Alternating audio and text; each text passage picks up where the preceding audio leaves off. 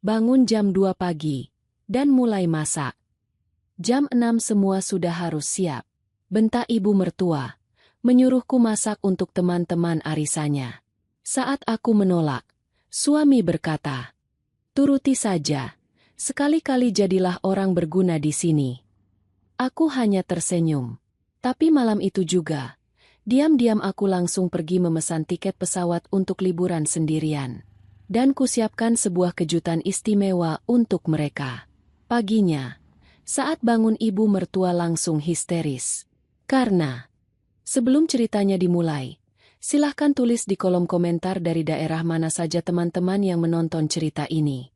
Jangan lupa like dan subscribe agar channel ini bisa semakin berkembang dan bisa mempersembahkan cerita yang lebih menarik lagi. Malam itu terasa begitu pekat dan panjang. Angin berhembus kencang di luar jendela kamar, membawa hawa dingin yang perlahan menembus celah ventilasi.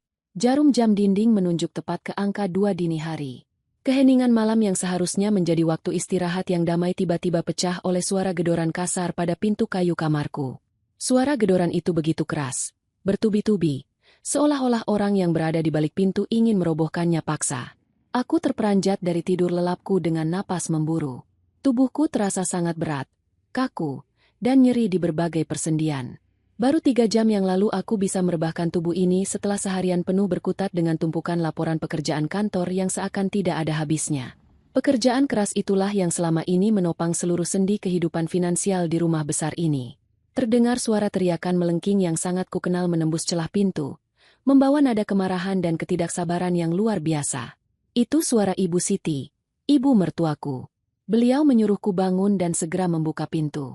Aku menghela napas panjang, berusaha mengumpulkan kesadaran yang masih berserakan dan menahan rasa pusing yang mendera kepala akibat kurang tidur. Dengan langkah gontai dan mata yang masih terasa perih saat dipaksa terbuka, aku berjalan perlahan menuju pintu.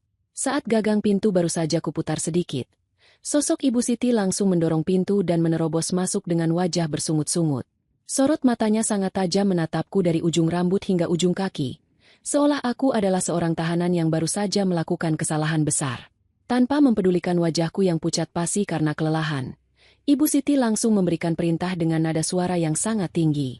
Beliau menegaskan bahwa saat ini sudah jam 2 pagi dan aku harus segera bergegas ke dapur untuk mulai memasak. Beliau memerintahkan agar jam 6 pagi nanti seluruh hidangan mewah untuk 50 orang teman aris bangun jam 2 pagi dan mulai masak. Jam 6 semua sudah harus siap. Bentak ibu mertua, menyuruhku masak untuk teman-teman arisannya. Saat aku menolak, suami berkata, "Turuti saja, sekali-kali jadilah orang berguna di sini." Aku hanya tersenyum. Tapi malam itu juga, diam-diam aku langsung pergi memesan tiket pesawat untuk liburan sendirian. Dan kusiapkan sebuah kejutan istimewa untuk mereka. Paginya, saat bangun ibu mertua langsung histeris. Karena, sebelum ceritanya dimulai, silahkan tulis di kolom komentar dari daerah mana saja teman-teman yang menonton cerita ini. Jangan lupa like dan subscribe agar channel ini bisa semakin berkembang dan bisa mempersembahkan cerita yang lebih menarik lagi. Malam itu terasa begitu pekat dan panjang. Angin berhembus kencang di luar jendela kamar, membawa hawa dingin yang perlahan menembus celah ventilasi. Jarum jam dinding menunjuk tepat ke angka 2 dini hari. Keheningan malam yang seharusnya menjadi waktu istirahat yang damai tiba-tiba pecah oleh suara gedoran kasar pada pintu kayu kamarku. Suara gedoran itu begitu keras, bertubi-tubi, seolah-olah orang yang berada di balik pintu ingin merobohkannya paksa. Aku terperanjat dari tidur lelapku dengan napas memburu. Tubuhku terasa sangat berat, kaku, dan nyeri di berbagai persendian. Baru 3 jam yang lalu aku bisa merebahkan tubuh ini setelah seharian penuh berkutat dengan tumpukan laporan pekerjaan kantor yang seakan tidak ada habisnya. Pekerjaan keras itulah yang selama ini menopang seluruh sendi kehidupan finansial di rumah besar ini. Terdengar suara teriakan melengking yang sangat kukenal menembus celah pintu, membawa nada kemarahan dan ketidaksabaran yang luar biasa. Itu suara Ibu Siti, ibu mertuaku. Beliau menyuruhku bangun dan segera membuka pintu. Aku menghela napas panjang, berusaha mengumpulkan kesadaran yang masih berserakan dan menahan rasa pusing yang mendera kepala akibat kurang tidur. Dengan langkah gontai dan mata yang masih terasa perih saat dipaksa terbuka, aku berjalan perlahan menuju pintu. Saat gagang pintu baru saja kuputar sedikit, Sosok Ibu Siti langsung mendorong pintu dan menerobos masuk dengan wajah bersungut-sungut. Sorot matanya sangat tajam menatapku dari ujung rambut hingga ujung kaki, seolah aku adalah seorang tahanan yang baru saja melakukan kesalahan besar. Tanpa mempedulikan wajahku yang pucat pasi karena kelelahan, Ibu Siti langsung memberikan perintah dengan nada suara yang sangat tinggi. Beliau menegaskan bahwa saat ini sudah jam 2 pagi dan aku harus segera bergegas ke dapur untuk mulai memasak. Beliau memerintahkan agar jam 6 pagi nanti seluruh hidangan mewah untuk 50 orang teman arisannya sudah harus tersusun rapi di atas meja makan. Aku terdiam sejenak, mencoba mencerna rentetan perintah tidak masuk akal yang baru saja diucapkannya. Memasak hidangan besar untuk 50 orang bukanlah sebuah perkara mudah, apalagi harus diselesaikan hanya dalam waktu 4 jam oleh satu orang tenaga, di tengah malam buta pula. Rasanya tubuhku ingin runtuh ke lantai detik ini juga. Aku menatap wajah ibu mertuaku, berusaha memberikan pengertian dengan nada selembut mungkin. Aku menjelaskan bahwa aku baru saja pulang bekerja menjelang tengah malam dan fisikku sudah sangat mencapai batas lelahnya. Aku memberikan saran agar beliau memesan makanan dari rumah makan ternama saja untuk acara besok pagi. Aku sangat tahu bahwa saldo tabunganku masih sangat cukup jika hanya digunakan untuk membiayai pesanan makanan mewah dari luar untuk tamu-tamunya. Namun, niat baikku justru disambut dengan kemarahan yang semakin meledak. Mata Ibu Siti melotot tajam menatapku. Beliau membentakku dengan keras, mempertanyakan tawaranku untuk memesan makanan dari luar. Beliau merasa tawaranku itu adalah sebuah penghinaan yang akan membuatnya malu di depan teman-teman arisannya. Beliau membanggakan teman-temannya sebagai kaum kelas atas yang sangat terhormat. Beliau takut teman-temannya akan berpikir bahwa dirinya tidak memiliki wibawa sedikit pun untuk menyuruh menantunya sendiri jika sampai ketahuan memesan makanan dari luar. Beliau bahkan mempertanyakan apa gunanya aku tinggal di rumahnya jika disuruh memasak saja aku berani membantah dan memberikan banyak alasan. Perkataan Ibu Siti bagaikan sembilu tajam yang langsung menyayat relung hatiku terdalam. Tinggal di rumahnya? Rasanya aku ingin tertawa sangat keras saat itu juga untuk menertawakan kenyataan yang sebenarnya. Rumah besar nan mewah yang kami tempati saat ini adalah hasil keringatku sendiri. Aku yang mencari tanahnya, aku yang mengurus pembeliannya, dan aku yang melunasi seluruh cicilannya setiap bulan tanpa pernah mengeluh. Tapi di hadapan teman-temannya, Ibu Siti selalu merangkai cerita bohong dan berlagak bahwa bangunan megah ini adalah warisan peninggalan almarhum suaminya. Aku selalu memilih diam, menekan ego, dan menjaga kehormatannya sebagai orang tua selama ini. Keributan hebat yang terjadi di dalam kamar ini rupanya membangunkan Rudi, suamiku, yang sejak tadi tertidur sangat pulas di atas ranjang. Ia terbangun sambil mengusap wajahnya dengan kasar, memperlihatkan raut wajah kesal karena tidurnya terganggu. Aku sempat berharap ia akan menengahi pertengkaran ini atau setidaknya membela istrinya yang sedang kelelahan parah. Namun harapanku hancur berkeping-keping. Alih-alih melerai, Rudi justru menatapku dengan tatapan menyalahkan yang sangat dingin. Rudi beranjak dari kasur dan bertanya dengan nada menggerutu tentang alasan keributan malam-malam begini. Ibu Siti langsung memanfaatkan momen itu untuk mengadu dengan nada yang sengaja dibuat memelas. Beliau membalikan fakta seolah-olah aku adalah menantu pembangkang yang sangat kejam. Beliau mengatakan bahwa menantunya ini selalu banyak alasan saat disuruh membantu mertuanya. Padahal pekerjaanku dianggapnya hanya sekadar duduk santai di depan layar komputer seharian. Beliau menambahkan drama bahwa dirinya sudah tua renta dan sangat membutuhkan bantuan tenaga menantu, tetapi justru mendapat perlawanan. Mendengar aduan ibunya, Rudi melangkah mendekatiku. Bukannya memberikan pelukan penenang, ia justru mendengus kasar tepat di depan wajahku.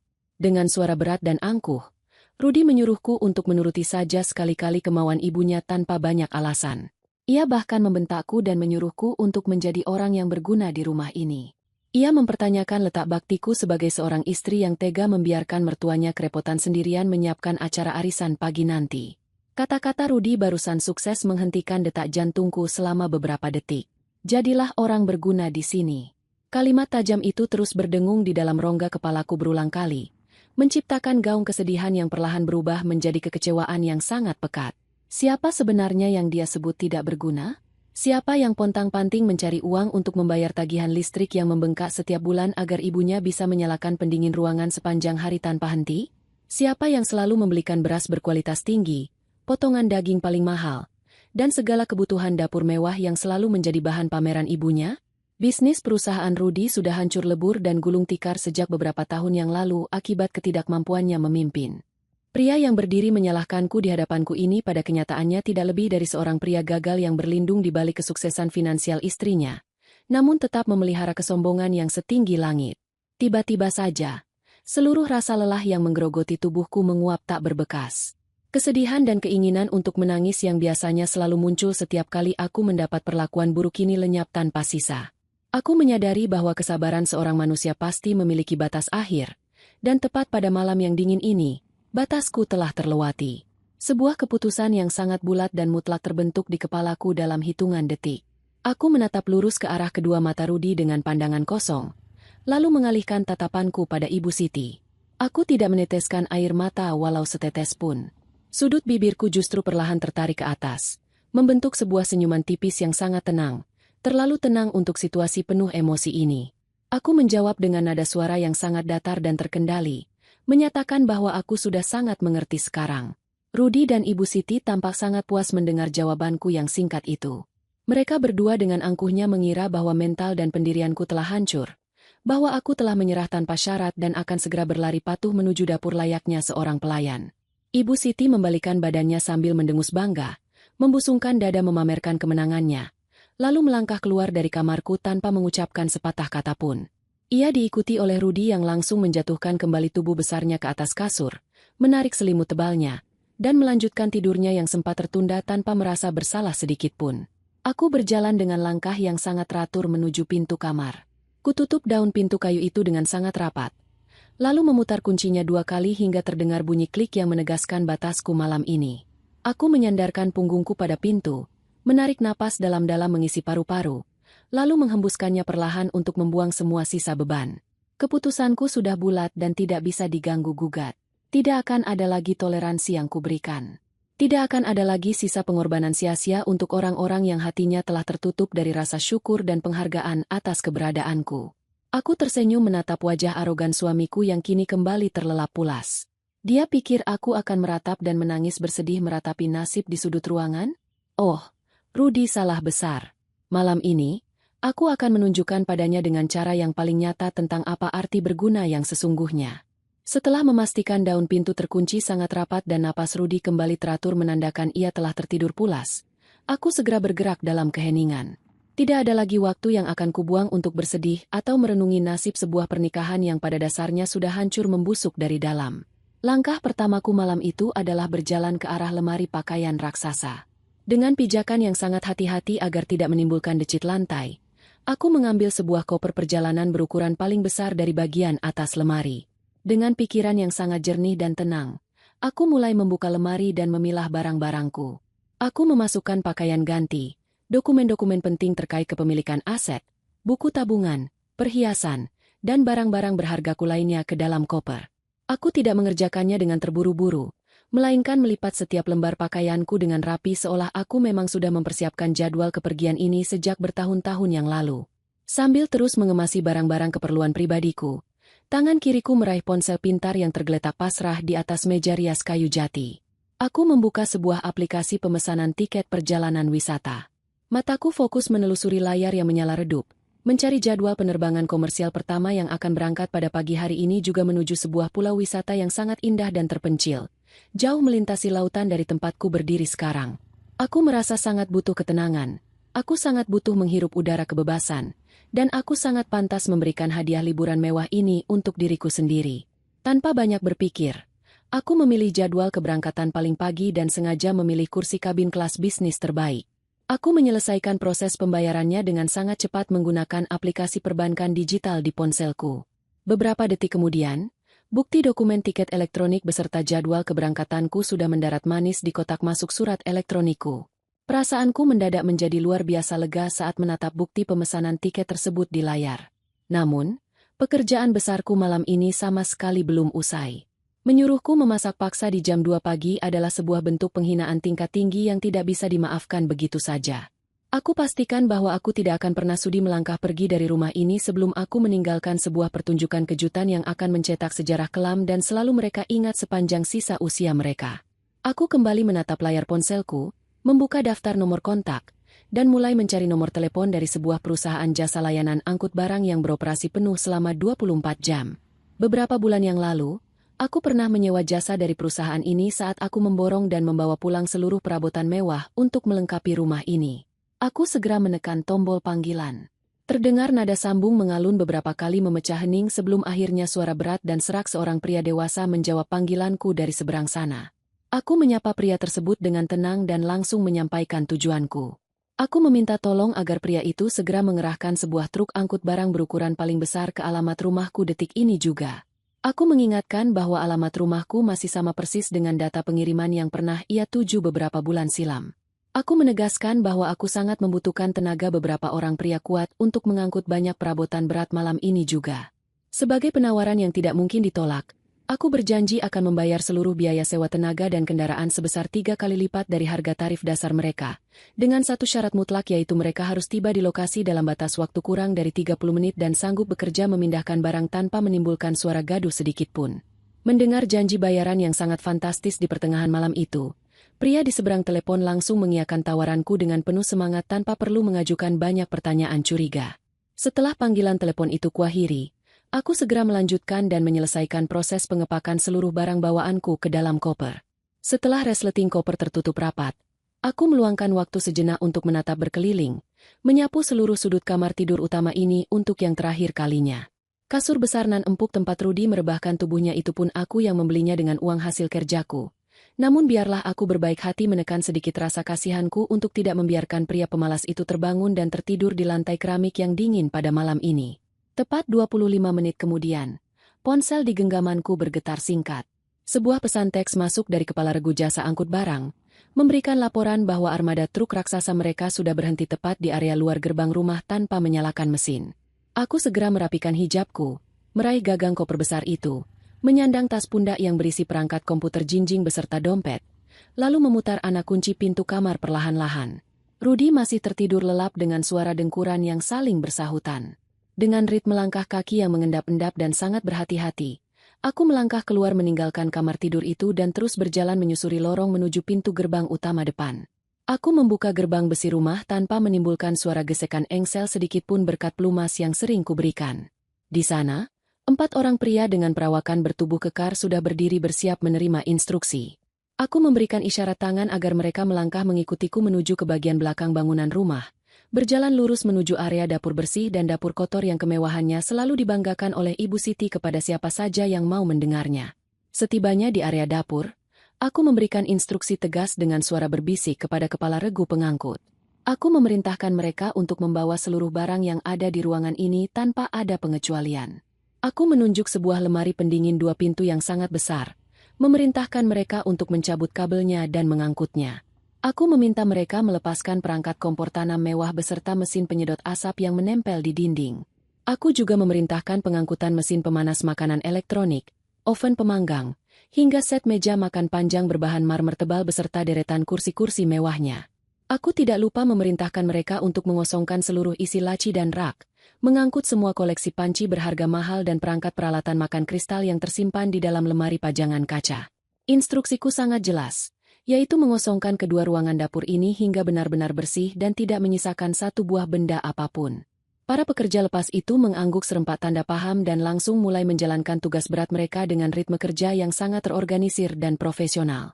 Mereka mengangkat barang-barang berukuran besar dan berat itu dengan gerakan tubuh yang cekatan, memindahkannya perlahan keluar rumah dan menaikkannya ke dalam bak truk tanpa menimbulkan suara benturan yang berisiko membangunkan 2 manusia yang sedang tertidur lelap di dalam rumah.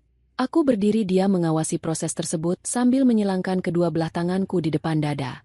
Menyaksikan lemari pendingin raksasa yang sudah sengaja kuisi penuh dengan stok daging sapi segar dan sayuran pilihan itu diangkut menjauh memberikan sebuah sensasi kepuasan batin yang tidak terlukiskan di dalam dadaku. Ibu Siti menyuruhku untuk memasak di jam 2 pagi? Silakan saja mertuaku yang terhormat itu memasak menggunakan udara kosong, tiupan angin malam, dan bumbu debu lantai. Dalam kurun waktu kerja kurang dari 1 jam saja, area dapur yang tadinya penuh sesak dengan deretan peralatan berteknologi canggih dan tumpukan bahan makanan berkualitas tinggi itu kini telah berubah bentuk menjadi sebuah ruangan kosong yang sangat luas, gelap, dan hampa. Ruangan itu kini hanya menyisakan deretan lantai keramik yang memancarkan hawa dingin. Setelah para pekerja pria itu selesai mengangkat barang terakhir dan pamit membawanya menuju tempat penitipan barang sewaan yang sudah kuselesaikan pembayarannya, aku berjalan gontai menuju tepat ke titik tengah ruangan kosong tersebut. Aku merogoh ke dalam tas pundakku dan mengambil satu bungkus mie instan rasa ayam, yang merupakan satu-satunya sisa bahan makanan yang dengan sengaja tidak kusuruh angkut untuk kutinggalkan bagi mereka. Aku meletakkan bungkusan plastik mie instan itu tepat di titik tengah lantai keramik dapur yang kosong melompong. Tepat di sebelah bungkusan mie instan tersebut, aku meletakkan sebuah amplop kertas putih bersegel yang di dalamnya berisi selembar surat panjang yang sudah kupersiapkan sebelumnya.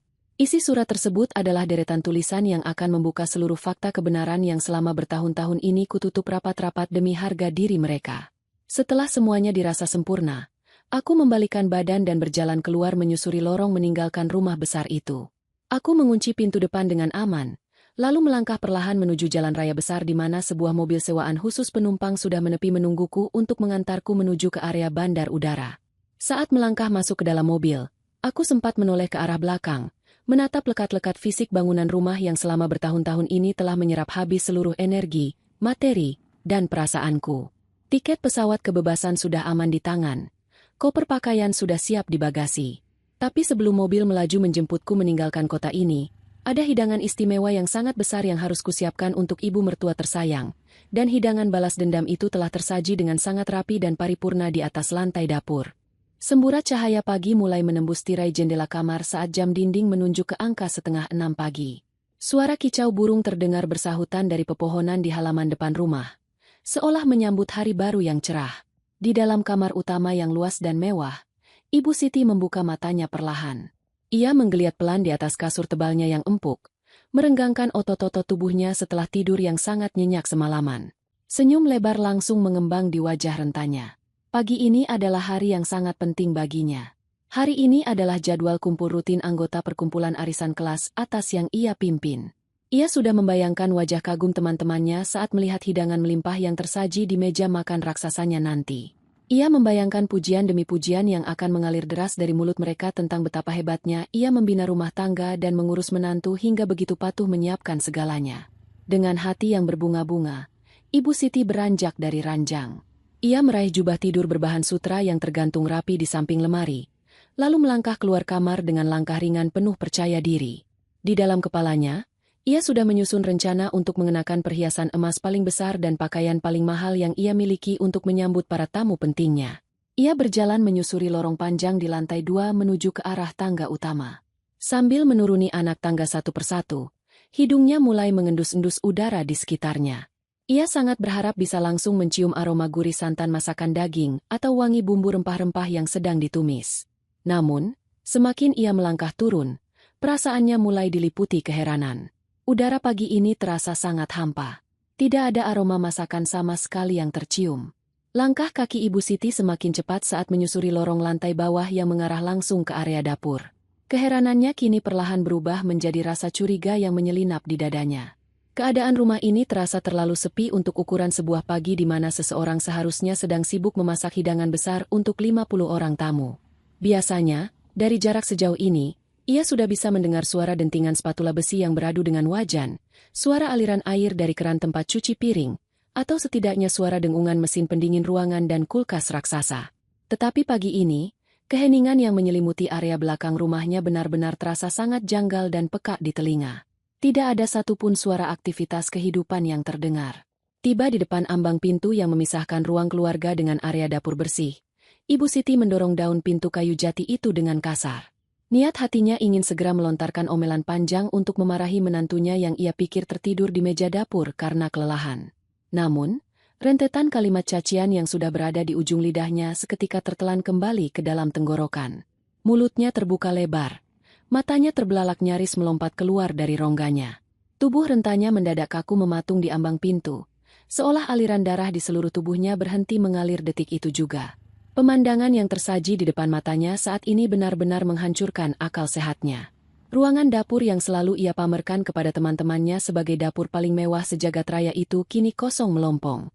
Bersih tanpa sisa. Lemari es 2 pintu berukuran raksasa yang selalu penuh sesak dengan bahan makanan impor telah lenyap. Meja makan marmer panjang beserta seluruh kursi berlapis busa empuk yang biasanya mendominasi bagian tengah ruangan tidak lagi berada di tempatnya. Ia mengalihkan pandangannya ke arah dinding dapur kotor. Kompor tanam berharga puluhan juta beserta mesin penyedot asap di atasnya sudah hilang, hanya menyisakan lubang kotak menganga pada meja beton. Rak-rak penyimpanan piring, lemari gantung, oven pemanggang, mesin pembuat kopi otomatis, hingga deretan panci mahal kesayangannya lenyap tanpa jejak. Bahkan tempat sampah berbahan besi tahan karat pun tidak luput dibawa pergi. Jantung Ibu Siti berdetak sangat kencang, memompa darah dengan kecepatan yang membuat kepalanya seketika terasa pening. Ia melangkah masuk dengan kaki gemetar, menyapu pandangannya ke seluruh sudut ruangan kosong yang kini terasa memantulkan gema setiap kali ia menjejakkan kaki di lantai keramik yang dingin. Pikirannya buntu. Bagaimana mungkin seluruh perabotan seberat dan sebanyak itu bisa menghilang dalam waktu hanya beberapa jam saja tanpa menimbulkan suara sedikit pun semalaman? Siapa perampok gila yang berani menguras habis isi dapur rumahnya sampai tidak tersisa satu buah sendok pun? Rasa panik yang luar biasa akhirnya meledak di dadanya, mendesak keluar menjadi sebuah jeritan panjang yang memekakkan telinga. Ibu Siti berteriak sangat keras, menjerit histeris sejadi-jadinya sambil memegangi kepalanya yang terasa mau pecah. Ia memanggil nama putranya berulang kali dengan suara melengking yang menggema memenuhi seluruh penjuru rumah besar yang sunyi itu. Ia terus berteriak meminta tolong, meratap ngeri melihat kondisi dapurnya yang kini mirip seperti ruangan kosong dalam bangunan yang baru selesai didirikan. Suara jeritannya yang penuh kepanikan itu menembus lorong, menaiki tangga, dan akhirnya berhasil mendobrak pintu kamar Rudi. Di lantai atas, Rudi terlonjak bangun dari tidurnya dengan napas tersengal-sengal. Ia sangat terkejut mendengar suara jeritan ibunya yang melengking hebat seperti orang yang sedang melihat hantu. Tanpa sempat mencuci muka atau membenarkan pakaian tidurnya yang kusut, Rudi langsung melompat dari ranjang dan berlari secepat tenaga menuruni anak tangga. Pikirannya berkecamuk, membayangkan ibunya terjatuh di kamar mandi atau hal buruk lainnya. Ia berlari tergesa-gesa menyusuri lorong menuju arah datangnya suara. Sesampainya di ambang pintu dapur, langkah Rudi mendadak berhenti mendadak hingga ia nyaris terpleset. Matanya mengerjap beberapa kali, berusaha menajamkan penglihatan, memastikan bahwa ia tidak sedang bermimpi buruk. Napasnya tercekat di tenggorokan saat melihat ruangan di hadapannya benar-benar kosong bersih. Ibunya sedang duduk merosot di lantai keramik sambil menangis meraung-raung meratapi kehilangannya. Rudi berjalan gontai mendekati ibunya. Kepalanya berputar mencari jawaban atas pemandangan tidak masuk akal ini. Ia bertanya kepada ibunya dengan suara bergetar tentang apa yang sebenarnya terjadi dan kemana hilangnya semua barang-barang berharga mereka. Ibu Siti menangis semakin keras mendengar pertanyaan putranya. Ia memukul-mukul lantai keramik dengan kedua tangannya yang keriput. Ia meratap bahwa rumah mereka pasti telah dibobol oleh komplotan perampok profesional saat mereka sedang tertidur lelap semalaman. Ia meminta Rudi segera menelepon polisi untuk melaporkan kejadian ganjil ini. Namun, saat tatapan Rudi menyisir bagian tengah ruangan yang kini menjadi area kosong paling luas, matanya menangkap sesuatu yang tergeletak begitu saja di atas lantai. Di tengah hamparan ubin keramik yang dingin dan bersih itu, tergeletak satu buah bungkusan plastik mie instan yang sangat mencolok karena kesendiriannya. Tepat di sebelahnya, terdapat sebuah amplop putih bersih yang tertutup rapat. Rudi berjalan perlahan mendekati benda tersebut. Perasaannya mulai dipenuhi oleh firasat yang sangat buruk. Ia menunduk dan memungut amplop kertas itu. Permukaannya terasa tebal. Ia membolak-balik amplop tersebut, mencari petunjuk nama pengirim. Namun amplop itu dibiarkan polos tanpa coretan tinta sedikit pun di bagian luarnya. Sementara itu, ratusan kilometer dari rumah tersebut, Salma sedang duduk bersandar dengan sangat nyaman di kursi penumpang sebuah mobil sewaan yang melaju mulus menuju bandar udara. Ia memegang ponsel pintarnya, menatap layar dengan senyum simpul yang memancarkan kepuasan luar biasa. Di layar ponsel tersebut, terpampang jelas siaran langsung dari kamera pengawas berukuran sangat kecil yang diam-diam telah ia pasang di sudut langit-langit ruangan dapur beberapa hari yang lalu. Salma menyimak dengan seksama pemandangan luar biasa dari dua manusia arogan yang kini sedang kebingungan dan ketakutan setengah mati di tengah ruangan kosong.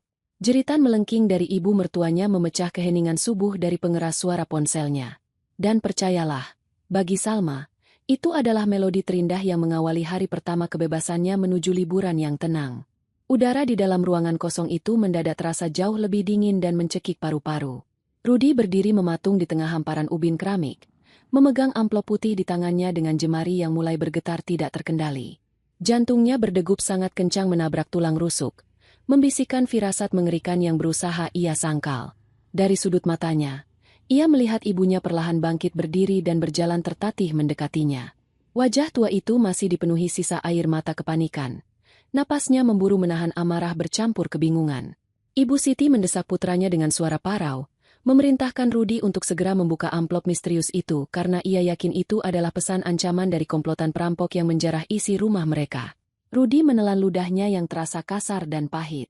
Dengan gerakan lambat, ia merobek ujung bagian atas amplop kertas tersebut. Suara sobekan kertas di ruangan yang hampa itu terdengar sangat keras dan bergema. Ia memasukkan jarinya dan menarik keluar tumpukan kertas tebal dari dalamnya. Hal pertama yang ia lihat adalah selembar dokumen resmi dengan kop surat pengadilan agama. Mata Rudi terbelalak lebar saat membaca judul dokumen tersebut. Itu adalah surat gugatan cerai yang sudah dicetak rapi dan ditandatangani dengan tinta basah oleh istrinya, Salma. Tanda tangan itu begitu tegas dan jelas, seolah menyiratkan bahwa keputusan tersebut dibuat tanpa ada keraguan sedikitpun. Kaki Rudi seketika terasa lemas seperti agar-agar. Ia terhuyung ke belakang satu langkah saat kenyataan pahit itu menghantam kepalanya. Di balik dokumen resmi perceraian itu, terdapat 3 lembar kertas folio berisi tulisan tangan Salma yang sangat rapi.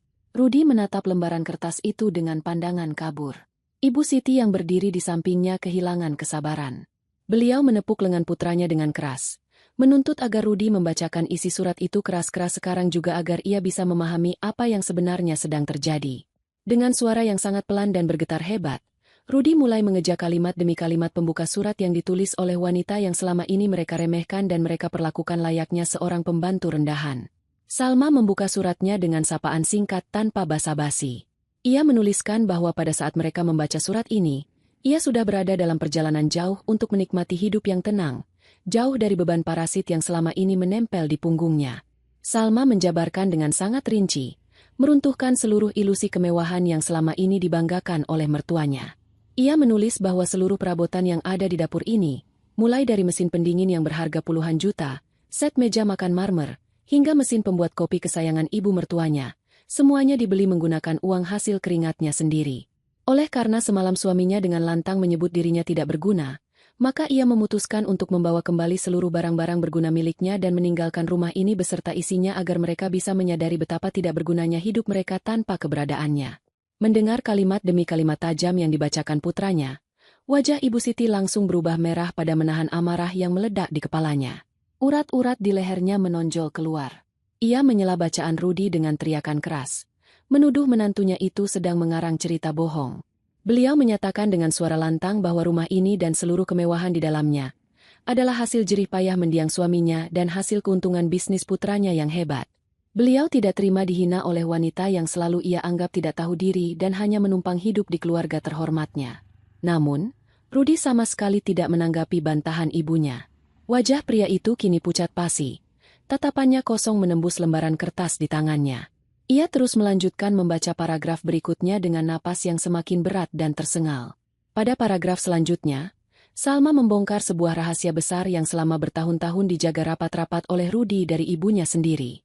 Salma menuliskan dengan jelas bahwa bisnis perusahaan yang selama ini selalu dibanggakan Rudi kepada ibunya sebenarnya sudah bangkrut dan meninggalkan tumpukan hutang sejak 3 tahun yang lalu.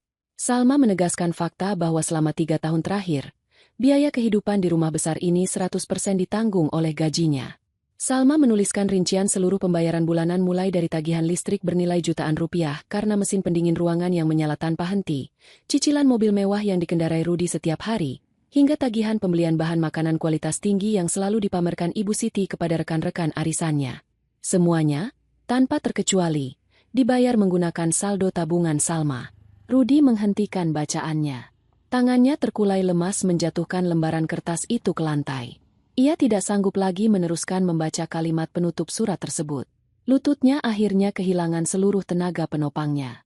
Rudi jatuh berlutut di atas ubin keramik yang dingin, menutupi wajahnya dengan kedua telapak tangannya sambil terisak pelan. Kesombongan dan keangkuhan yang selama bertahun-tahun ini menjadi tameng hidupnya hancur berkeping-keping dalam satu pagi yang mematikan. Pria yang arogan itu kini menangis tergugu. Gemetar menyadari bahwa penyokong kehidupan dan fasilitas mewahnya telah mencabut seluruh akses secara paksa, meninggalkannya dalam keadaan telanjang bulat menghadapi kenyataan finansial yang mengerikan. Ibu Siti terdiam mematung. Kemarahan yang tadi meledak-ledak tiba-tiba menguap, digantikan oleh hawa dingin yang merayap naik dari telapak kakinya. Ia menatap putranya yang sedang menangis berlutut di lantai dengan pandangan tidak percaya. Ia bertanya dengan suara pelan dan bergetar, menuntut kepastian dari mulut putranya sendiri apakah semua tulisan mengerikan di surat itu benar adanya. Rudi hanya bisa menganggukkan kepalanya dengan lemah tanpa berani mengangkat wajahnya. Jawaban diam itu bagaikan hantaman palu godam tepat di ulu hati Ibu Siti. Dunia yang selama ini ia bangun di atas pondasi pamer dan gengsi seketika runtuh menimpanya. Ia merosot duduk di lantai, membayangkan bagaimana ia selalu merendahkan menantunya di depan umum, tanpa pernah menyadari bahwa wanita yang ia hina itulah yang menyuapi perutnya setiap hari. Di tengah keterkejutan dan kehancuran mental yang melanda ibu dan anak tersebut, jarum jam dinding di ruang tengah berdenting menunjukkan pukul 6:15. Suara detak jam itu menyadarkan Ibu Siti pada sebuah malapetaka lain yang jauh lebih besar dan mengerikan, yang sedang bergerak cepat menuju ke arahnya. Hanya tersisa waktu kurang dari 2 jam lagi sebelum 50 orang teman dari kelompok arisan berkelasnya tiba di depan pintu rumah ini dengan perut kosong dan ekspektasi yang setinggi langit. Ia menatap bungkusan plastik mie instan rasa ayam di lantai, satu-satunya bahan makanan yang tersisa di rumah megah yang kini kehilangan nyawanya itu. Sementara itu, ratusan kilometer dari kekacauan tersebut, pesawat terbang yang membawa Salma perlahan bergerak menyusuri landasan pacu. Salma merapikan posisi duduknya, menatap keluar jendela melihat hamparan awan putih yang indah. Ia mematikan ponselnya dan menyimpannya di dalam tas. Wajah suaminya yang pucat pasi dan gemetar saat membaca selembar kertas itu terpatri jelas di ingatannya. Ternyata, pria yang selalu berlindung di balik sikap arogannya bisa menjadi sangat tidak berdaya saat fasilitas mesin uangnya dicabut secara paksa. Salma memejamkan mata, menarik napas panjang, dan membiarkan senyum kemenangan yang tenang menghiasi bibirnya seiring lepas landasnya pesawat menuju Pulau Kedamaian. Matahari pagi mulai merangkak naik, memancarkan sinar terang yang menembus celah-celah jendela rumah besar tersebut. Namun, cahaya yang hangat itu sama sekali tidak mampu mengusir hawa dingin yang menyelimuti perasaan Ibu Siti dan Rudi. Keduanya masih terjebak dalam kepanikan yang luar biasa di tengah ruangan dapur yang kosong melompong. Waktu terus berjalan tanpa ampun. Jarum jam dinding kini menunjuk ke angka 7 pagi. Hanya tersisa waktu 1 jam sebelum puluhan tamu penting dari kelompok arisan berkelas itu tiba di depan pintu rumah mereka. Ibu Siti menyeka keringat dingin yang mengucur deras di dahi dan lehernya. Pikirannya berputar sangat cepat mencari jalan keluar dari lubang jarum ini. Ia tidak mungkin membatalkan acara arisan secara mendadak hanya 1 jam sebelum acara dimulai. Membatalkan acara sama saja dengan mengumumkan aib dan menjatuhkan harga dirinya sendiri ke dasar jurang di hadapan teman-teman sosialitanya yang bermulut tajam. Dengan tangan yang masih gemetar hebat, Ibu Siti merogoh saku jubah tidurnya dan mengeluarkan ponsel. Ia mencari nomor telepon sebuah usaha penyedia jasa makanan keliling yang kebetulan berlokasi tidak terlalu jauh dari lingkungan perumahan mereka. Setelah nada panggil berbunyi beberapa kali, panggilan itu akhirnya diangkat oleh sang pemilik usaha. Tanpa membuang waktu, Ibu Siti memaksakan nada suaranya agar terdengar tenang dan berwibawa. Ia memesan 50 porsi hidangan prasmanan lengkap dengan kualitas terbaik yang harus diantar detik itu juga. Sang pemilik usaha makanan awalnya menolak karena pesanan tersebut terlalu mendadak dan dalam jumlah yang sangat besar. Namun, Ibu Siti membujuk dengan setengah memohon dan berjanji akan membayar seluruh total biaya pesanan secara tunai ditambah dengan biaya tambahan yang besar seketika makanan itu tiba di depan rumahnya. Mendengar janji bayaran tunai yang menggiurkan, sang pemilik usaha akhirnya menyanggupi dan berjanji akan segera mengantar makanan tersebut secepat mungkin. Setelah menutup telepon, Ibu Siti merasa sedikit lega meski jantungnya masih berdebar tidak karuan. Ia menoleh ke arah Rudi yang masih terduduk lemas di lantai keramik. Dengan nada suara yang keras dan memerintah, ia menyuruh putranya untuk segera mandi, berganti pakaian yang rapi, dan bersiap menyambut para tamu. Ibu Siti sendiri langsung berlari menaiki anak tangga menuju kamarnya. Ia membersihkan diri secepat kilat, lalu duduk di depan meja rias. Ia memoleskan riasan wajah yang sangat tebal untuk menyembunyikan wajah pucat dan kantung matanya yang menghitam akibat kepanikan subuh tadi. Ia mengenakan pakaian terbaiknya, menyematkan berbagai perhiasan emas berukuran besar di pergelangan tangan dan lehernya, berusaha keras membangun kembali topeng kesombongan yang sempat retak.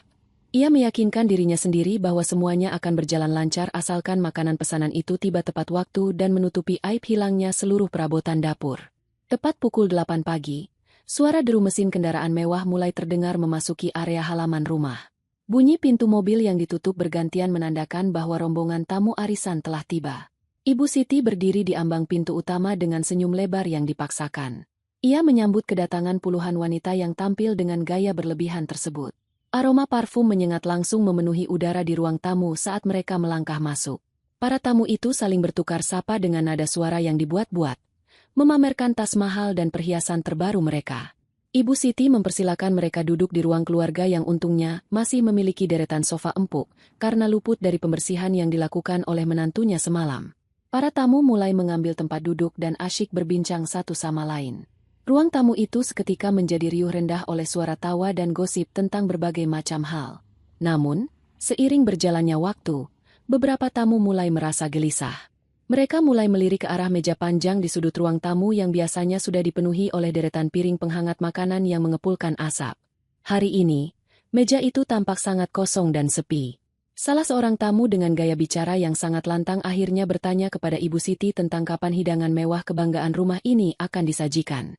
Wanita itu mengeluh bahwa perutnya sudah sangat lapar dan sengaja tidak sarapan dari rumah, karena menantikan masakan menantu Ibu Siti yang terkenal pandai memasak.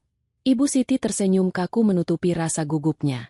Ia menjawab dengan nada suara yang sengaja dilembutkan, mengatakan bahwa ada sedikit keterlambatan dari pihak penyedia bahan makanan sehingga proses memasak menjadi sedikit terhambat.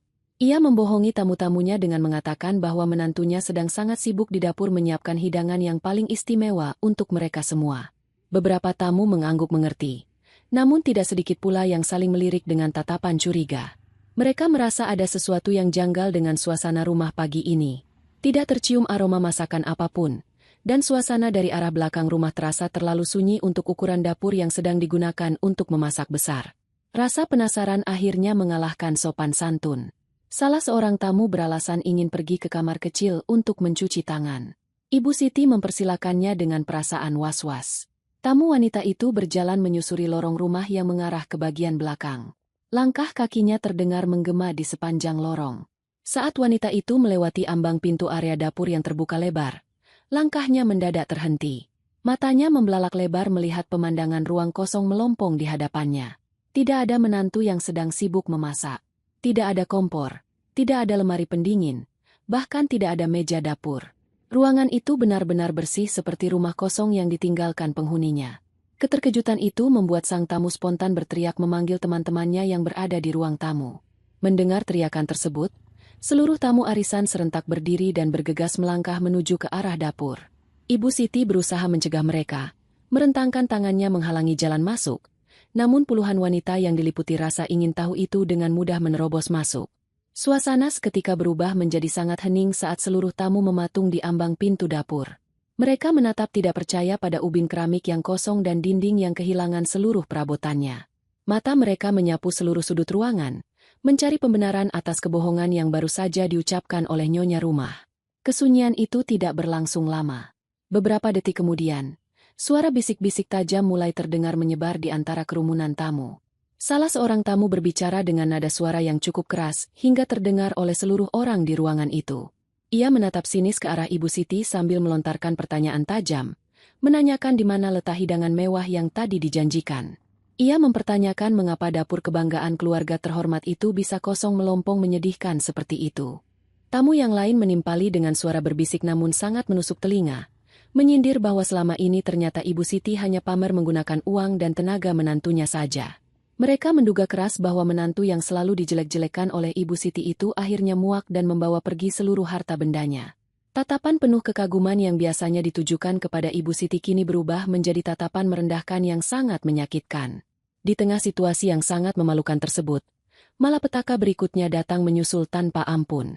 Suara klakson mobil barang terdengar berbunyi nyaring di depan gerbang rumah. Rudy berlari keluar untuk memeriksa keadaan dan mendapati sebuah mobil bak terbuka milik penyedia jasa makanan telah tiba. Sang pemilik usaha beserta beberapa karyawannya segera turun dan mulai menurunkan boks-boks besar berisi makanan. Rudy dengan panik meminta mereka untuk segera membawa masuk makanan tersebut ke ruang tamu agar acara bisa segera dimulai dan membungkam mulut para tamu yang sedang bergosip. Namun, sang pemilik usaha makanan menghentikan pekerjaannya dan menengadahkan tangan tepat di depan wajah Rudy. Ia menuntut pembayaran tunai secara lunas detik itu juga sesuai dengan perjanjian yang telah dibuat melalui telepon sebelumnya. Ia menolak keras untuk menurunkan satu piring pun makanan sebelum menerima uang pembayaran yang jumlahnya belasan juta rupiah tersebut. Rudy menelan ludah dengan susah payah.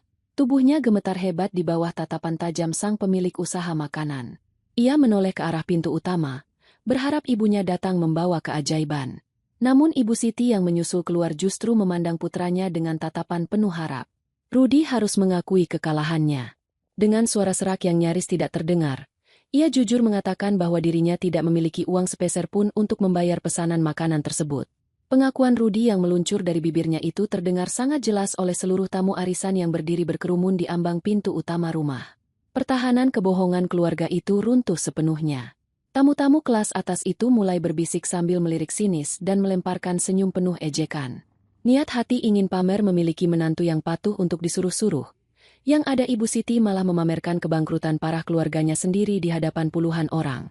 Jauh di seberang lautan, ratusan kilometer dari kekacauan yang sedang menghancurkan harga diri mantan keluarga mertuanya, Salma sedang duduk bersandar dengan sangat nyaman menikmati hidup barunya. Ia berada di sebuah pulau wisata yang menawarkan ketenangan mutlak. Duduk di atas kursi santai yang empuk di bawah payung peneduh berukuran besar, Salma membiarkan pandangannya lepas menatap hamparan air laut yang berwarna biru jernih sejauh mata memandang. Angin laut berhembus lembut, membawa hawa sejuk yang menyegarkan pikiran dan membelai lembut kain hijab yang ia kenakan. Suara deburan ombak yang bergulung memecah di bibir pantai berpasir putih terdengar bagaikan sebuah simfoni alam yang sangat menenangkan jiwa. Di atas meja kayu bundar tepat di sampingnya, terletak sebuah kelapa muda berukuran besar yang telah dilubangi bagian atasnya. Ia meraih minuman kelapa segar itu, menyedot airnya yang manis dan dingin, membiarkan kesegaran alami itu membasuh seluruh sisa kelelahan yang selama bertahun-tahun mengendap di dalam tubuhnya. Pagi ini adalah pagi pertama dalam beberapa tahun terakhir di mana ia tidak perlu bangun terburu-buru untuk menyalakan kompor, tidak perlu memikirkan tumpukan pekerjaan rumah tangga, dan sama sekali tidak perlu mendengar omelan pedas yang selalu merendahkan martabatnya. Perasaan bebas yang ia rasakan saat ini benar-benar tidak ternilai harganya. Ia merasa beban berat bertonton yang selama ini menekan pundaknya telah terangkat sepenuhnya, membiarkannya bernapas dengan sangat lega. Salma tersenyum sangat tulus, mensyukuri keberaniannya semalam untuk mengambil keputusan besar yang mengubah total jalan hidupnya. Ia tahu bahwa mulai hari ini, ia akan menjadi nahkoda tunggal bagi kehidupannya sendiri, mengatur keuangannya sendiri, dan membahagiakan dirinya sendiri tanpa perlu menjadi mesin anjungan tunai mandiri bagi orang-orang yang tidak pernah tahu arti kata terima kasih. Di tengah suasana santai yang sempurna itu, keheningan di sekitar meja Salma mendadak terganggu oleh suara getaran panjang dan berulang. Ia menoleh ke arah ponsel pintarnya yang tergeletak di atas meja. Layar ponsel itu terus-menerus menyala terang, memunculkan rentetan pemberitahuan yang masuk bertubi-tubi tanpa jeda sedikitpun. Salma meletakkan minuman kelapanya dengan tenang, mengusap kedua tangannya yang sedikit basah dengan selembar tisu bersih, lalu meraih benda pipih tersebut. Saat ia menyentuh layarnya, matanya menangkap sebuah angka yang luar biasa. Terdapat lebih dari 100 panggilan suara tidak terjawab dan puluhan pesan teks singkat yang terus menumpuk di layar utama. Semuanya berasal dari satu nama kontak yang sama yang selama bertahun-tahun ini mengikatnya dalam kesengsaraan, yaitu suaminya, Rudy. Tanpa terburu-buru, Salma membuka aplikasi perpesanan untuk membaca rentetan pesan yang dikirimkan oleh pria tersebut. Ia sengaja tidak mengangkat panggilan telepon karena ia tidak ingin mendengar suara pria itu merusak ketenangan liburannya. Rentetan kalimat yang muncul di layar ponselnya memperlihatkan kepanikan dan keputusasaan yang sangat mendalam dari sang pengirim. Pada pesan-pesan awal yang dikirim sekitar 1 jam yang lalu, Rudy masih menggunakan nada memerintah, mempertanyakan keberadaan Salma dan menuntut penjelasan tentang barang-barang di dapur yang menghilang. Namun seiring berjalannya waktu dan melihat pesan tidak kunjung dibalas, nada tulisan Rudy berubah drastis menjadi sebuah permohonan yang memelas dan penuh dengan rasa takut. Salma membaca sebuah pesan panjang yang baru saja masuk beberapa menit yang lalu. Dalam pesan tersebut, Rudy mengetik dengan huruf besar semua, menceritakan secara singkat kekacauan yang sedang terjadi di rumah. Pria itu mengemis dengan sangat memalukan, meminta tolong kepada Salma untuk segera mentransfer uang sebesar 15 juta rupiah ke rekeningnya sekarang juga. Rudy menjelaskan bahwa penyedia makanan menolak menurunkan pesanan mereka sementara puluhan tamu arisan ibunya sedang menonton kejadian itu dengan tatapan merendahkan. Rudy menuliskan bahwa ibunya menangis karena merasa sangat dipermalukan dan harga dirinya hancur lebur di depan teman-temannya. Ia memohon belas kasihan Salma untuk menyelamatkan nama baik keluarga mereka, menjanjikan bahwa setelah uang itu ditransfer, ia akan membicarakan semuanya dengan kepala dingin saat Salma kembali pulang. Membaca rentetan permohonan putus asa itu, Salma tidak merasakan sedikitpun belas kasihan atau dorongan untuk membantu. Hatinya telah membeku untuk keluarga tersebut. Ia memalingkan wajahnya menatap hamparan ombak, membiarkan ingatannya memutar kembali rekaman kejadian semalam dan kejadian bertahun-tahun ke belakang. Ia mengingat dengan sangat jelas bagaimana Rudy dengan lantang menyuruhnya untuk berguna sambil menunjuk-nunjuk wajahnya dengan angkuh. Ia mengingat bagaimana suaminya itu selalu memalingkan wajah dan menutup telinga saat ia mengeluh kelelahan bekerja mencari nafkah demi menutupi kebangkrutan pria tersebut. Ia mengingat betapa seringnya ibu mertuanya menghinanya di depan para tamu arisan tersebut. Menyebutnya menantu miskin yang beruntung bisa dinikahi oleh putranya yang pengusaha sukses. Semua kenangan pahit itu kini menjadi perisai yang membuat hatinya kebal terhadap air mata buaya dan permohonan menyedihkan mereka. Salma kembali menatap layar ponselnya. Ia bergumam pelan pada dirinya sendiri, menyuarakan isi hatinya dengan nada suara yang sangat tenang. Ia mengingatkan dirinya bahwa keluarga terhormat itu kini sedang menghadapi hasil dari perbuatan mereka sendiri. Mereka yang menyemai kesombongan dan kemalasan, maka merekalah yang kini harus memanen rasa malu dan kebangkrutan. Uang 15 juta rupiah yang diminta oleh suaminya itu memang bisa ia transfer hanya dalam hitungan detik. Baginya, jumlah itu bukanlah masalah besar. Namun, masalah yang sesungguhnya adalah bahwa ia tidak akan pernah sudi lagi mengalirkan setetes pun keringatnya untuk membiayai gaya hidup mewah palsu mereka. Keputusannya sudah bulat tanpa celah. Dengan jemari yang bergerak sangat mantap di atas layar virtual ponsel, Salma mulai mengetik balasan singkat. Ia tidak menggunakan kata-kata kasar atau makian sedikit pun. Balasannya sangat lugas dan menohok, mencerminkan kedewasaan dan ketegasannya. Ia menuliskan sebuah pesan yang berbunyi, "Urus saja dirimu dan ibumu sendiri menggunakan uang hasil kehebatanmu." Ia menambahkan satu kalimat penutup yang menyatakan bahwa mesin anjungan tunai mandiri yang selama ini mereka gunakan secara gratis sudah berhenti beroperasi secara permanen dan tidak akan pernah hidup kembali. Setelah memastikan bahwa pesan tersebut telah terkirim dan dibaca oleh suaminya di seberang sana, Salma tidak menunggu balasan apapun lagi. Ia menekan tombol pengaturan pada kontak suaminya, lalu memilih opsi pemblokiran nomor secara permanen. Ia melakukan hal yang sama untuk nomor kontak ibu mertuanya dan memblokir seluruh akun media sosial mereka, agar tidak ada lagi celah komunikasi yang bisa menembus kedamaiannya. Setelah memastikan seluruh akses dari masa lalunya tertutup rapat, Salma meletakkan kembali ponsel tersebut ke dalam tasnya dan menutupnya rapat-rapat.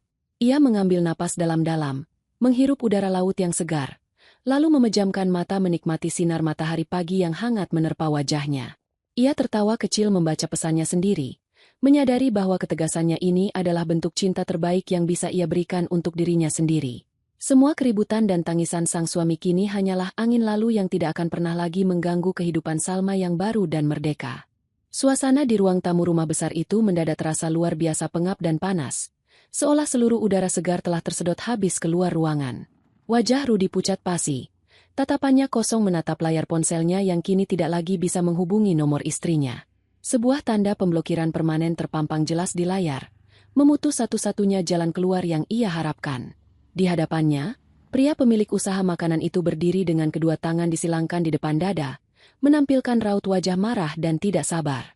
Pria itu menyadari bahwa keluarga yang selama ini berlagak kaya raya di hadapannya ternyata tidak memiliki uang sepeser pun untuk membayar pesanan mereka. Tanpa ragu sedikit pun, pemilik usaha itu langsung menoleh ke arah para pekerjanya dan memberikan perintah dengan suara lantang. Ia menyuruh para pekerjanya untuk mengangkat kembali seluruh kotak makanan ke dalam kendaraan pengangkut dan tidak meninggalkan satu remah pun di rumah tersebut. Para tamu arisan yang masih berkerumun di ambang pintu dan ruang tamu menyaksikan seluruh kejadian memalukan itu dengan mata kepala mereka sendiri. Bisik-bisik tajam yang sedari tadi terdengar pelan kini berubah menjadi gumaman keras yang sangat menyayat hati. Beberapa tamu mulai menyampirkan tas mewah mereka ke pundak, menunjukkan gelagat ingin segera pergi meninggalkan tempat yang kini dianggap tidak setara dengan kelas sosial mereka. Salah seorang tamu dengan senyum mengejek melangkah mendekati Ibu Siti yang tubuhnya sudah gemetar hebat. Tamu tersebut mengatakan bahwa acara hari ini sepertinya tidak perlu dilanjutkan karena sang nyonya rumah ternyata sedang mengalami kebangkrutan yang sangat parah. Wanita itu bahkan menyindir dengan kalimat tajam, mengatakan bahwa sungguh memalukan melihat seseorang yang selalu menyombongkan harta kekayaan ternyata hanya hidup dari memeras keringat menantunya sendiri. Setelah melontarkan kalimat pedas tersebut, tamu itu melangkah keluar rumah tanpa menoleh lagi, diikuti oleh barisan tamu lainnya yang saling berbisik menertawakan kehancuran keluarga tersebut. Ibu Siti tidak mampu berkata-kata. Lidahnya terasa keluh, tenggorokannya mengering. Ia hanya bisa berdiri mematung menyaksikan puluhan temannya berjalan keluar meninggalkan halaman rumahnya satu persatu. Deru mesin mobil mewah milik para tamu bergantian menyala dan melaju pergi, membawa serta sisa-sisa harga diri dan kehormatan yang selama ini selalu ia pertahankan mati-matian. Saat kendaraan terakhir milik pemilik usaha makanan ikut pergi meninggalkan pekarangan, suasana rumah besar itu seketika berubah menjadi sangat sunyi dan mencekam. Keheningan yang tersisa justru terasa jauh lebih menyiksa daripada suara riuh cacian. Ibu Siti merosot jatuh ke lantai ruang tamu, menutupi wajahnya dengan kedua telapak tangannya yang mulai keriput, lalu menangis meraung-raung meratapi nasibnya yang kini berubah drastis menjadi bahan tertawaan puluhan orang. Rudy masih mematung di tempatnya berdiri, bahunya turun, dan seluruh tenaganya seakan terkuras habis. Ia berjalan gontai mendekati ibunya yang sedang terisak di lantai keramik.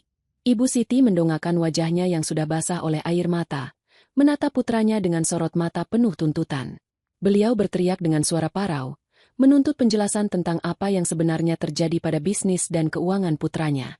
Beliau mendesak Rudy untuk jujur, mempertanyakan kemana perginya seluruh keuntungan perusahaan yang selama ini selalu Rudy banggakan setiap kali pulang ke rumah. Ibu Siti memukul dada putranya sambil menangis, menanyakan mengapa Rudy tega membohongi ibunya sendiri dan membiarkannya menanggung rasa malu yang tidak tertahankan di hadapan teman-temannya. Pertahanan mental Rudy akhirnya hancur sepenuhnya. Pria arogan itu tidak mampu lagi menutupi kebohongan besar yang telah ia simpan rapat-rapat selama bertahun-tahun. Dengan suara gemetar dan isak tangis yang tertahan, Rudy mulai menceritakan seluruh kilas balik kehancurannya yang memalukan. Ia mengakui bahwa bisnis perdagangan yang ia bangun sebenarnya sudah hancur lebur sejak 3 tahun yang lalu. Kehancuran itu bukan disebabkan oleh hal lain, melainkan karena kemalasannya sendiri dalam mengelola pekerjaan, gaya hidupnya yang terlalu boros, dan berbagai keputusan buruk yang membuang seluruh modal usahanya. Ia terus terang mengatakan bahwa perusahaan itu telah lama ditutup karena tumpukan hutang yang tidak terbayar, dan ia sama sekali tidak memiliki penghasilan apapun sejak hari kelam tersebut. Ibu Siti terbelalak mendengar pengakuan putranya. Napasnya tersengal seakan ada beban berat yang menindih dadanya. Beliau bertanya dengan suara lirih yang bergetar, jika bisnis itu sudah lama hancur, lalu dari mana asal semua uang yang selama ini mengalir membiayai kehidupan mewah mereka? Rudy menundukkan wajahnya dalam-dalam, air matanya menetes jatuh ke lantai. Ia menjawab dengan suara parau bahwa seluruh uang itu, mulai dari biaya makan sehari-hari, tagihan listrik rumah yang sangat besar, cicilan kendaraan mewahnya, hingga biaya belanja barang bermerek milik ibunya, semuanya murni berasal dari uang hasil kerja keras Salma. Rudy mengakui bahwa istrinya lah yang selama ini diam-diam mengambil alih seluruh beban keuangan keluarga demi menutupi rasa malu suaminya dari dunia luar. Namun, alih-alih berterima kasih, Rudy justru terbawa oleh kesombongan semu dan memperlakukan istrinya layaknya seorang pekerja kasar yang tidak berharga. Mendengar kenyataan pahit itu, Ibu Siti kembali menangis histeris sambil memegangi kepalanya yang terasa mau pecah. Ia tidak menyangka bahwa kehidupan kelas atas yang selama ini ia jalani dan ia banggakan kepada semua orang ternyata hanyalah sebuah istana pasir yang dibangun di atas penderitaan menantunya sendiri. Selama ini ia menganggap menantunya adalah parasit. Namun hari ini kebenaran menampar wajahnya dengan sangat keras. Dirinya dan putranya lah benalu yang sesungguhnya. Dan kini, sang inang yang selama ini mereka hisap darahnya telah pergi memutuskan rantai kehidupannya. Di tengah perdebatan dan tangisan yang menyayat hati itu, tiba-tiba terdengar suara peringatan dari meteran listrik rumah tangga mereka. Bunyi nyaring yang berulang itu menandakan bahwa kuota aliran daya sudah hampir habis dan membutuhkan pengisian ulang secepatnya. Rudy menatap meteran tersebut dengan pandangan putus asa. Ia memeriksa seluruh isi dompet dan saku pakaiannya, lalu membuka aplikasi perbankan di ponselnya. Saldo di rekeningnya benar-benar menunjukkan angka 0. Ia menoleh ke arah ibunya dan mengatakan bahwa mereka tidak punya uang sama sekali untuk membeli daya listrik tambahan. Hanya dalam hitungan menit, seluruh lampu di rumah besar itu padam seketika. Mesin pendingin ruangan mati, membiarkan hawa panas dari luar merangsek masuk ke dalam ruangan. Di tengah kegelapan dan udara yang semakin mengarah pada suhu gerah, Rudy dan ibunya hanya bisa duduk terdiam di atas lantai. Selama ini mereka merasa sangat tinggi dan terhormat. Namun hari ini semesta membuktikan kepada mereka siapa yang sebenarnya memegang kendali atas kehidupan mereka. 1 minggu telah berlalu sejak kepergian Salma dari rumah yang menyerupai neraka tersebut. Jauh dari segala hiruk-pikuk dan kehancuran masa lalunya, Salma kini melangkah dengan penuh percaya diri memasuki lobi sebuah gedung perkantoran. Pagi ini ia kembali bekerja dengan semangat yang benar-benar baru. Penampilannya tampak jauh lebih segar. Wajahnya berseri-seri memancarkan kedamaian batin yang tidak pernah ia rasakan selama bertahun-tahun. Saat sedang duduk di meja kerjanya sambil memeriksa beberapa dokumen penting, ponsel di atas mejanya berdering pelan. Panggilan itu berasal dari kuasa hukum kepercayaannya. Sang pengacara memberikan kabar baik bahwa seluruh berkas gugatan telah masuk ke dalam sistem peradilan dan proses hukum berjalan dengan sangat lancar. Pengacara itu juga memastikan bahwa seluruh aset berharga yang terdaftar atas nama Salma telah diamankan secara hukum sehingga tidak ada satupun pihak yang bisa mengganggunya. Salma tersenyum lega, mengucapkan terima kasih yang sangat tulus kepada kuasa hukumnya, lalu kembali melanjutkan pekerjaannya dengan pikiran yang sangat tenang dan terarah. Sementara itu, di sebuah rumah besar yang kini terasa seperti kuburan yang pengap, drama kehidupan yang sesungguhnya baru saja dimulai bagi Rudy dan ibunya. Tanpa aliran listrik yang menyala selama seminggu penuh, rumah itu terasa sangat panas di siang hari dan gelap gulita di malam hari. Tumpukan tagihan terus berdatangan dan terselip menumpuk di kotak surat depan gerbang. Pagi itu, suara gedoran keras pada pintu gerbang besi mengejutkan Rudy yang sedang tidur meringkuk di ruang tamu karena tidak tahan dengan hawa panas di kamarnya. Dengan langkah malas dan tubuh yang mulai melemah akibat kekurangan asupan makanan bergizi, Rudy berjalan keluar untuk membuka pintu gerbang. Di balik jeruji besi tersebut, berdiri 3 orang pria berbadan kekar dengan wajah tegas. Mereka adalah petugas penagih dari sebuah perusahaan pembiayaan yang datang membawa surat tugas resmi. Pemimpin kelompok penagih itu langsung berbicara dengan nada yang sangat tegas dan tanpa kompromi. Ia menanyakan keberadaan kendaraan roda 4 mewah yang selama ini dikendarai oleh Rudy.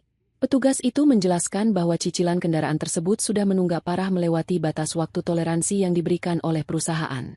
Oleh karena nama yang tertera sebagai penanggung jawab pembayaran adalah Salma dan pembayaran telah dihentikan secara sepihak, maka pihak perusahaan memiliki hak penuh untuk menarik kendaraan tersebut detik ini juga. Rudy mencoba berdebat. Suaranya bergetar menahan kepanikan. Ia memohon kepada para petugas untuk memberikannya perpanjangan waktu beberapa hari lagi agar ia bisa mencari pinjaman uang. Ia bersikeras bahwa kendaraan itu sangat ia butuhkan untuk mobilitasnya mencari pekerjaan baru. Namun, permohonan Rudy sama sekali tidak digubris oleh para petugas penagih tersebut. Pemimpin penagih itu menyodorkan selembar dokumen tebal berisi perjanjian kredit yang memuat aturan penyitaan akibat tunggakan. Dengan suara yang dingin, petugas itu menyatakan bahwa mereka tidak menerima alasan apapun karena tugas mereka hanyalah membawa kembali aset perusahaan yang tidak dibayar.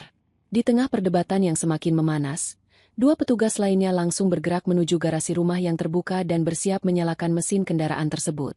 Rudy berusaha menghalangi mereka dengan merentangkan tangannya, namun salah satu petugas berbadan besar itu dengan mudah menyingkirkan tubuh Rudy hingga ia terdorong dan jatuh terduduk di atas tanah halaman rumahnya sendiri. Dengan tatapan nanar dan hati yang hancur berkeping-keping, Rudy hanya bisa menyaksikan kendaraan kebanggaannya itu dikemudikan keluar dari garasi, melaju menjauhi rumah, dan perlahan menghilang dari pandangannya. Kendaraan itu adalah simbol kesombongan terakhir yang ia miliki, dan kini simbol itu pun telah direnggut paksa dari genggamannya. Di saat yang hampir bersamaan, Ibu Siti sedang mengalami kehancuran mentalnya sendiri di tempat lain. Pagi itu, ia memberanikan diri untuk keluar rumah dan mendatangi kediaman salah satu rekan arisannya yang paling kaya. Ia bermaksud meminjam sejumlah uang untuk membeli makanan dan membayar listrik, dengan harapan temannya itu masih memiliki sedikit rasa iba. Dengan menggunakan sisa tenaga yang ia miliki, Ibu Siti berjalan kaki cukup jauh di bawah terik matahari. Setibanya di depan gerbang tinggi rumah temannya tersebut, ia menekan bel berulang kali. Seorang asisten rumah tangga keluar dan menanyakan tujuannya. Ibu Siti meminta asisten itu memanggil majikannya dan mengatakan bahwa dirinya datang berkunjung. Namun, beberapa saat kemudian, asisten rumah tangga itu kembali dengan wajah datar. Ia menyampaikan pesan dari majikannya bahwa sang majikan sedang tidak ingin menerima tamu pengemis pembohong. Hati Ibu Siti bagaikan diiris sembilu mendengar pesan penolakan yang sangat kasar tersebut. Asisten rumah tangga itu melanjutkan ucapannya, menegaskan bahwa Ibu Siti telah resmi dikeluarkan secara tidak hormat dari kelompok arisan mereka. Semua teman-temannya telah bersepakat untuk memutus hubungan komunikasi dan menganggap Ibu Siti tidak pernah ada dalam lingkaran pergaulan mereka lagi. Sang asisten kemudian menutup pintu gerbang besi itu rapat-rapat, meninggalkan Ibu Siti yang berdiri terpaku dengan air mata yang mengalir deras di pipinya yang keriput. Dunia sosial yang selama ini ia puja dan ia agung-agungkan telah mencampakkannya layaknya sampah yang tidak berguna. Hukuman sosial ini jauh lebih menyakitkan daripada kehilangan harta benda, karena menyentuh langsung pada kesombongan yang selama ini menjadi akar kehidupannya. Ibu Siti berjalan gontai kembali ke rumahnya dengan langkah terseret-seret. Setibanya di rumah, ia mendapati putranya sedang duduk melamun di teras dengan tatapan kosong. Tidak ada kendaraan di garasi, tidak ada aliran listrik, dan tidak ada harapan. Ibu Siti melangkah masuk ke dalam rumah yang temaram, berjalan menuju ruangan dapur yang benar-benar hampa. Di sudut lantai keramik itu, tergeletak sisa bungkus terakhir mie instan yang sebelumnya sempat mereka perebutkan. Keluarga yang tidak tahu diri itu kini benar-benar harus menelan pil pahit kehidupan. Drama sesungguhnya untuk keluarga ini telah mencapai puncaknya, mengubah kehidupan arogan mereka menjadi sebuah penderitaan panjang tanpa akhir, sebagai balasan kontan atas segala kejahatan hati yang mereka tabur selama ini. Matahari sore bersinar terang menyinari pelataran gedung perkantoran bertingkat tempat Salma bekerja. Angin sepel-sepel meniup dedaunan pohon hias yang ditanam berjejer rapi di sepanjang jalan setapak menuju pintu keluar utama. Hari itu adalah hari yang sangat luar biasa bagi Salma. Rapat besar bersama jajaran direksi baru saja selesai dengan hasil yang sangat memuaskan.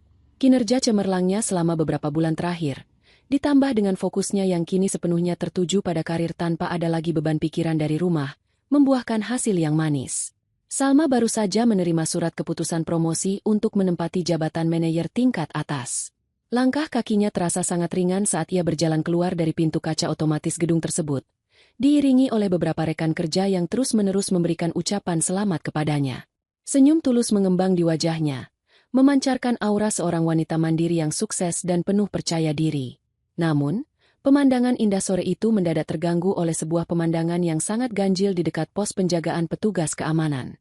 Dua sosok manusia dengan penampilan yang sangat berantakan dan kucel tampak sedang berdebat dengan salah seorang petugas. Pakaian yang mereka kenakan terlihat sangat lusuh, penuh dengan noda debu dan keringat, seolah mereka belum mandi selama berhari-hari. Rambut mereka berantakan, dan wajah mereka tampak sangat pucat serta kuyu. Salma menghentikan langkahnya sejenak, menajamkan pandangannya ke arah dua sosok tersebut. Jantungnya sempat berdegup sesaat ketika ia mengenali siapa kedua orang gelandangan itu. Mereka adalah Rudy dan Ibu Siti. Keangkuhan dan kemewahan yang selalu melekat pada diri mereka kini telah menguap tanpa sisa, digantikan oleh aura keputusasaan yang sangat menyedihkan. Rudy yang menyadari kehadiran Salma langsung berlari menerobos hadangan petugas keamanan. Ia berlari terengah-engah menghampiri Salma yang sedang berdiri diam bersama rekan-rekan kerjanya.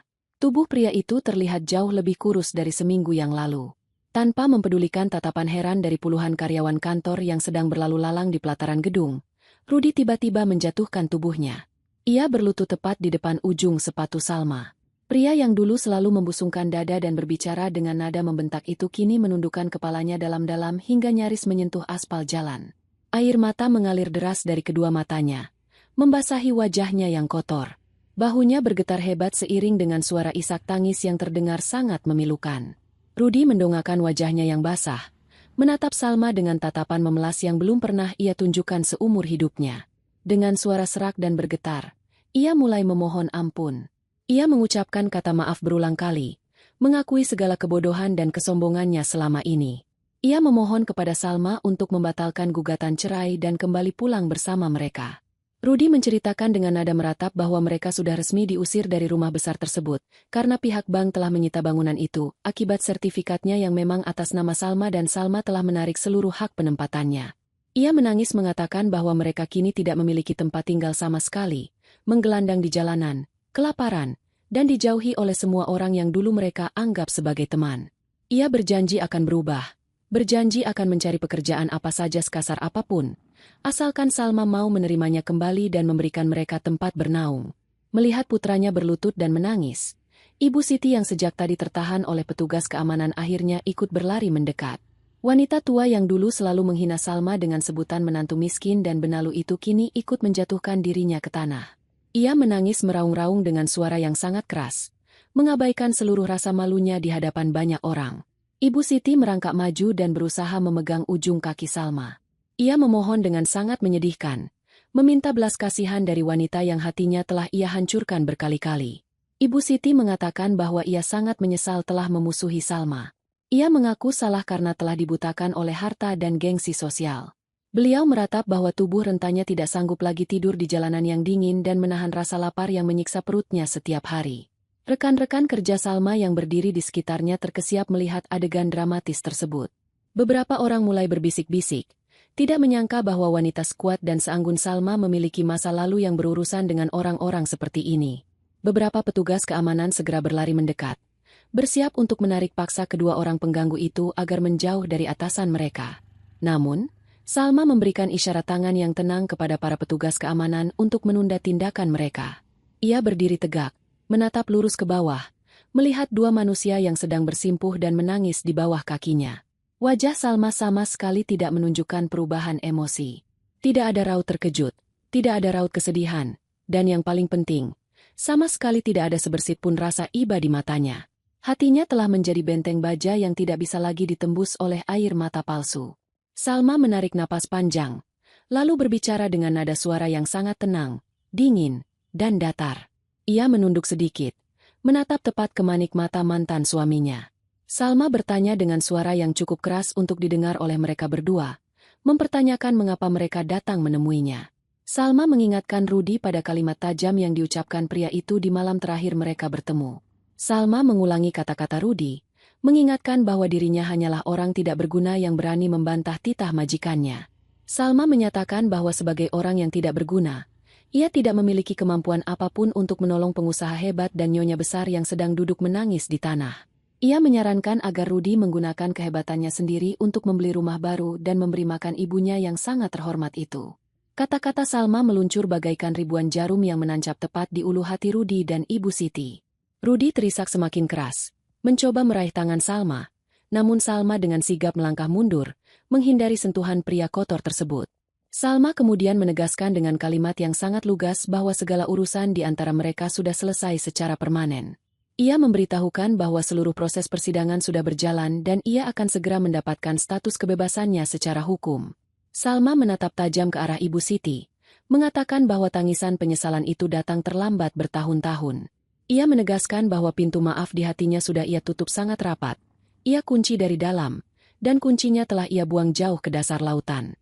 Tidak akan ada lagi kesempatan kedua, ketiga, atau keberapapun bagi manusia-manusia parasit pembawa kehancuran.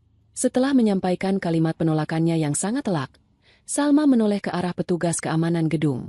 Ia memberikan perintah tegas agar kedua orang asing ini segera dijauhkan dari area gedung perkantoran karena kehadiran mereka sangat mengganggu kenyamanan.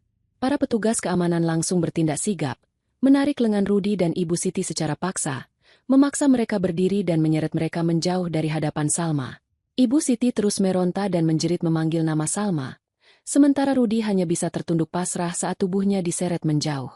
Salma membalikkan badannya dengan anggun, mengajak rekan-rekan kerjanya untuk melanjutkan langkah menuju kendaraan mereka. Pria yang dulu menyuruhku berguna kini bersimpuh menangis di hadapanku. Sayangnya, pintu maafku sudah kututup rapat, lalu kukunci, dan kuncinya kubuang jauh-jauh. Malam ini ia akan merayakan kemenangannya yang gemilang, meninggalkan masa lalunya yang membusuk terbawa angin sore. 1 bulan kemudian, ruang sidang pengadilan agama terasa begitu sejuk dan tenang. Salma duduk di kursi penggugat dengan postur tubuh yang tegak dan wajah yang memancarkan ketegasan. Di seberang ruangan, kursi tergugat dibiarkan kosong melompong. Rudi tidak pernah hadir dalam satupun jadwal persidangan karena pria itu sama sekali tidak memiliki biaya untuk menyewa kendaraan menuju ke gedung pengadilan, apalagi untuk menyewa jasa pembela hukum. Ketidakhadiran pihak tergugat membuat seluruh proses peradilan berjalan dengan sangat cepat dan lancar tanpa hambatan berarti. Majelis hakim membacakan seluruh pertimbangan hukum berdasarkan bukti-bukti kuat yang dilampirkan oleh kuasa hukum Salma. Bukti kepemilikan aset murni atas nama Salma, bukti mutasi rekening yang membiayai seluruh kebutuhan keluarga, hingga bukti kebangkrutan Rudi, semuanya terpampang nyata tanpa bisa dibantah. Puncak dari keadilan itu tiba saat majelis hakim mengetukkan palu kayu ke atas meja sebanyak 3 kali. Bunyi ketukan itu menggema di seluruh penjuru ruangan, meresmikan putusan yang mengikat secara hukum. Salma secara resmi dinyatakan bercerai. Tidak hanya itu, majelis hakim juga mengabulkan seluruh tuntutan pembagian harta, menetapkan bahwa rumah mewah beserta seluruh aset berharga lainnya jatuh sepenuhnya ke tangan Salma sebagai pemilik sah satu-satunya. Salma menghembuskan napas yang sangat panjang, merasakan sebuah beban raksasa yang selama ini merantai kakinya akhirnya terlepas hancur. Ia berdiri, menjabat tangan kuasa hukumnya dengan senyum lebar yang dihiasi oleh setitik air mata kebahagiaan. Hari ini, ia benar-benar terlahir kembali sebagai seorang wanita merdeka yang memiliki kendali penuh atas takdirnya sendiri. Malam harinya, perayaan besar digelar. Salma mengundang seluruh rekan kerja satu timnya untuk makan malam bersama di sebuah restoran mewah yang terletak di lantai teratas sebuah hotel berbintang. Ruangan restoran itu dihiasi dengan lampu-lampu kristal yang berkilauan, menyajikan pemandangan kelap-kelip lampu kota yang sangat memukau dari balik dinding kaca raksasa. Di atas meja bundar yang besar, tersaji berbagai macam hidangan laut yang dimasak dengan bumbu rempah-rempah kualitas terbaik. Salma mengangkat gelas kacanya yang berisi jus buah segar yang sangat dingin. Rekan-rekan kerjanya serentak melakukan hal yang sama. Mereka bersulang merayakan 2 kemenangan besar sekaligus, yaitu promosi jabatan Salma yang membanggakan serta lembaran hidup barunya yang penuh kedamaian. Suara tawa yang renyah dan perbincangan hangat memenuhi udara, menciptakan sebuah suasana kebahagiaan yang sangat tulus dan menular kepada siapa saja yang mendengarnya. Di saat Salma sedang menyesap jus buah segarnya dengan senyum kepuasan yang mendalam, sebuah pemandangan yang bertolak belakang sedang terjadi di sebuah sudut kota yang kumuh dan gelap. Di dalam sebuah bangunan reot yang menyewakan kamar-kamar kecil dengan harga sangat murah, Rudy dan Ibu Siti duduk saling membelakangi di atas selembar tikar tipis. Kamar indekos sempit itu terasa sangat panas dan pengap karena tidak memiliki sirkulasi udara yang baik. Udara di dalam ruangan itu berbau apek bercampur dengan bau keringat. Saat hujan turun rintik-rintik di luar, air mulai menetes jatuh dari atap yang bocor, memaksa mereka meletakkan mangkuk plastik usang untuk menampung air agar tikar mereka tidak semakin basah. Kehidupan mewah yang dulu selalu mereka banggakan kini hanya tersisa sebagai kenangan pahit yang menyayat hati. Perut mereka berbunyi nyaring. Meronta meminta diisi makanan setelah seharian penuh hanya meminum air putih dari keran umum.